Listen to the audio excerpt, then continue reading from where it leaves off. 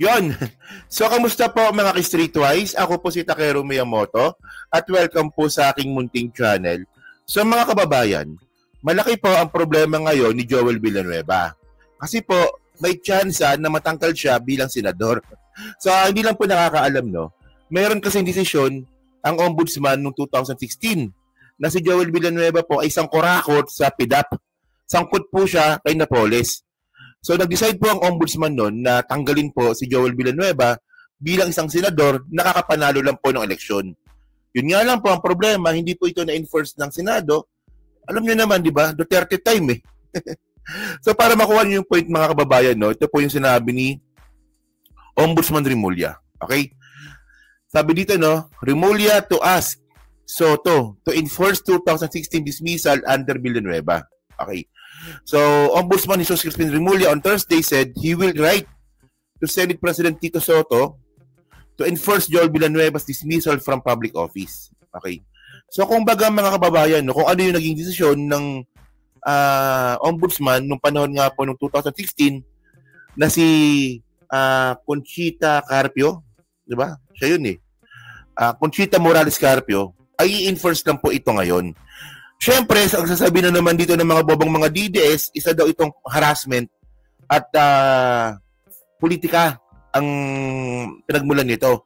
Mga kababayan, kung ito po ay gawa-gawang politika lang, dapat po yung aligasyon ngayon lang, bago lang. Yun nga lang po kasi, ang nangyari po dito, itong binabanggit nga po na pagtanggal kay Joel Villanueva, nangyari pa po ito panahon pa ni Digong, 2016. So, hindi ito gawa-gawa. Nakuha niyo yung point ko? Oh. Kasi alam niyo yung point, no? Mga kababayan, no? Kung in-enforce lang po sana ito noong panahon ni Digong, hindi sana, hindi nasangkot itong si Joel Villanueva sa nakawan na naman po ngayon sa flood control. Ganun po talaga pag makati yung kamay. As sabi dito, continue. We will try to enforce it now. I will write a letter to Senate President, ask him to enforce a letter was supposed to have been sent long ago and ask him enforce the order, Remulla said. So dapat kasi no, ito yung ginawa dapat ni Martires to eh.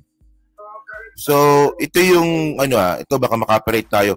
Ito yung video nga po ni Remulla no binabanggit niya nga po yung pag-enforce nga dito sa dismissal ni Joel Villanueva. Sige.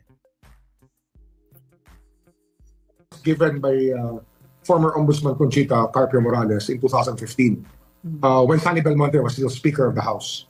And later on, the same order was given to the Senate President in 2016. And then nothing came out of it. And I think that it is one of the things that the Supreme Court will have to decide eventually. What is the real power of the Ombudsman to dismiss people who fall under the House and under the Senate? Does the Senate have... Yun, mukhang makakaroon na naman ng bagong kaso dito sa Supreme Court. Kasi alam nyo, no? So, nabasa ko yung na yan, yung article ko na yan. Ang sabi kasi ng mga senador noong 2016, kaya hindi nila enforce, kasi daw po, wala daw kapangyarihan yung ombudsman na magtanggal ng isang senador. So, matatanggal lang po isang senador kapag dinaan po ito sa ethics. So, ganun daw po yun. So ngayon, kailangan talagang linawin ito ng Supreme Court na bilang isang tanod bayan, nakatulad nga po ni Remulla, no? So ano ba talaga yung papel niya bilang isang tanod bayan? Bantay bayan nga tawag dito, di ba? So meron ba talagang karapatan ng isang ombudsman na tanggalin ng isang senador? So kailangan linawin po talaga yun, di ba? Or does the Senate leadership have an obligation to listen and enforce the orders of the ombudsman within its system? Because that is the issue here. This office was created by the Constitution. It's a constitutional office. But it cannot be less important than the rules of the Senate or the rules of the House. So at the time, the Speaker didn't dismiss him, and the Senate allowed him to sit down as a senator, even though he was already dismissed and disqualified from public service. This has to come to a head. Ganun pala yung kwento noon. Okay. So nangyari pala itong pagnanakaw ni Joel Villanueva. Pagnanakaw na to kasi may desisyon na eh. Di ba? Pagnanakaw talaga ito. So ngayon ang nangyari pala dito, no? Nangyari itong pagnanakaw ni Joel Villanueva, siya po ay congressman pa lang sa Sibak Party List. Tapos habang nagkakaroon nga po ng investigasyon, nahatulan nga itong si Joel Villanueva na tanggalin po sa public service. At ito po, papunta na po siyang senador noong 2016. So, pinabayaan po siya ng mga senador noong 17 Congress na maupo. So, ganun pala kwento nun. And we are relying on the judiciary to come up with a pronouncement on this matter. Sinasabi ko nga, when I try to go after with these cases, I will always seek out the advice of the judiciary because they're half the legal system that we have. Sila talaga yung dapat nagsasabi na ito ang dapat gawin dyan.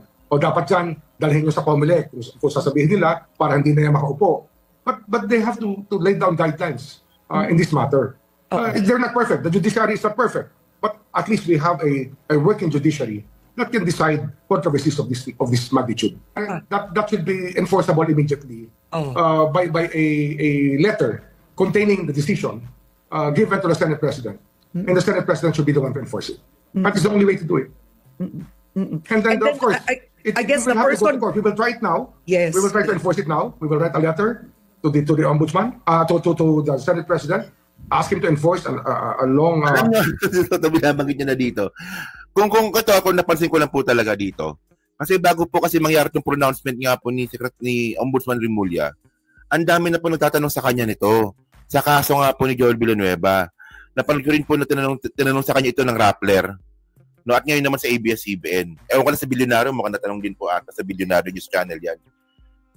Siguro nainis na itong si Ombudsman Remulla. Tanong kayo ng tanong about dito kay Joel Villanueva. Di-enforce na natin.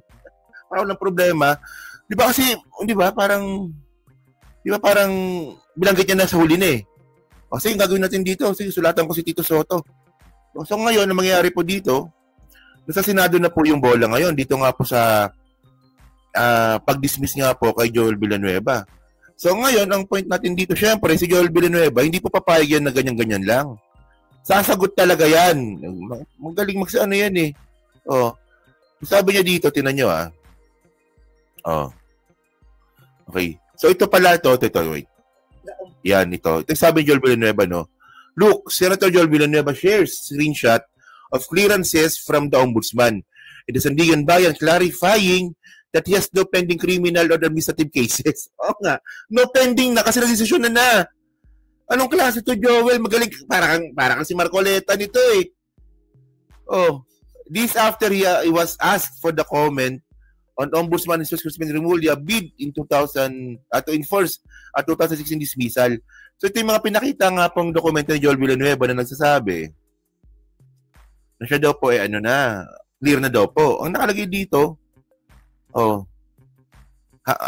is an accused, a defendant in any case filed in this court. So wala na siyang ongoing. Ito pa isang clearance niya.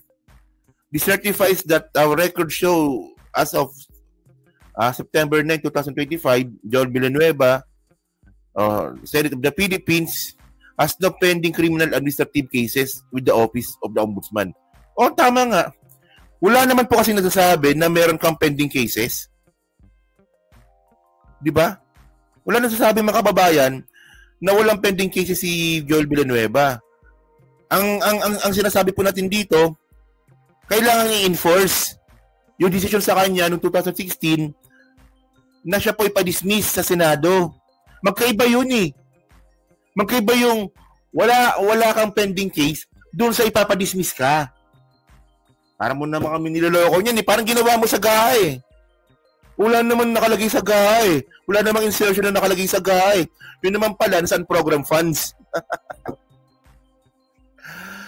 So ngayon, sa hindi lang po nakakaalam po, ito po kasi yung sinabi nga po ni Conchita Morales Carpio. Yan. Sabi kasi ni Conchita Morales Carpio, Pilipinas naging joke dahil kay Joel. Diba kasi nasira po kasi dito, institusyon. Ex-Ombudsman Conchita Carpio Morales hits Senate for shielding Villanueva. Ayun po lumalabas. Isang magnanakaw, na convicted na magnanakaw, sabi ng Ombudsman yun pinoprotektahan po ng Senado. So nakakatawa po talaga ito. Di ba ewan ko ba kung bakit ganyan sa Pilipinas? So ito yung ito yung binabanggit nga po ni Conchita Morales Carpio So, panoorin natin to.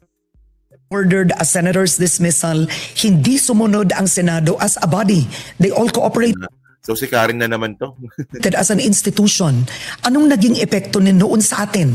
Well, we are the laughing stock of other countries because we don't know how to enforce our law. We don't know how to implement the decisions that are spawned from legal proceedings. Yan siya po yung nagdesisyon noon. Siya po si Conchita Carpio na nag-decide na tanggalin po si Joel Villanueva bilang senador. Oo. Siya po ay appointee ni Pinoy. So, yun nga po. So, actually, ngayon mga kababayan, no, appointee din po siya ngayon ni PBBM. I think sa, saan ba? Sa Senior Citizen EC, parang ganun. So, yun mga ka-streetwise, no. So, kayo po, no, ano pong masasabi nyo dito sa plano nga po ng Ombudsman na ituloy nga po itong desisyon kay Joel Villanueva noong 2016. So nakikita talaga natin dito, no, na nagpapakitang gilas po talaga itong si Ombudsman Rimulya. No? So dapat matagal niya nang ginawa to nung sa panahon pa nga ni Martires, di ba? So yun mga ka-streetwise, so kayo po, no, ano po masabi nyo nga po dito? Kayo ba, naniniwala ba kayo na may tsansang matanggal ito si Joel Villanueva bilang senador? At deserve niya po ba ito? Deserve ba talaga ni Joel Villanueva na makuha itong mga pambabash sa kanya o pag-criticize po sa kanya? Yan So baka GIL din po kayo So yun mga kababayan, no. So syempre, no, dyan po sa Team Replay. So pa-comment na po sa baba at binabasa ko pong lahat yan. Ano? At syempre, pa-like, pa-subscribe. Di na makalabisan, pa-share na rin po ng video po na to. Yun.